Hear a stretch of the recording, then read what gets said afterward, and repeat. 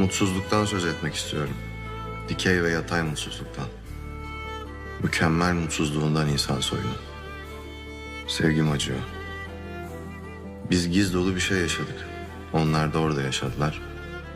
Bir dağın çarpıklığını bir sevinç sanarak.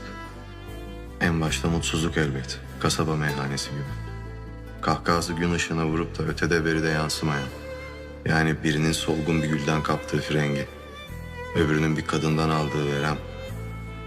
Bütün ihsanlarının tarihçesi.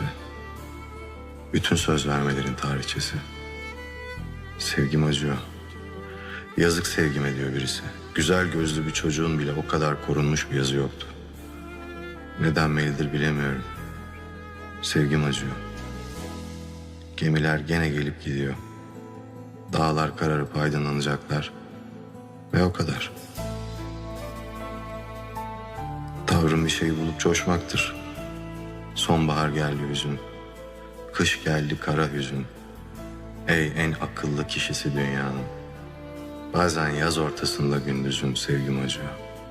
Kimi sevsem, kim beni sevse. Eylül toparlandı gitti işte. Ekim falan da gider bu gidişle. Tarihe gömülen koca koca atlar tarihe gömülür. O kadar.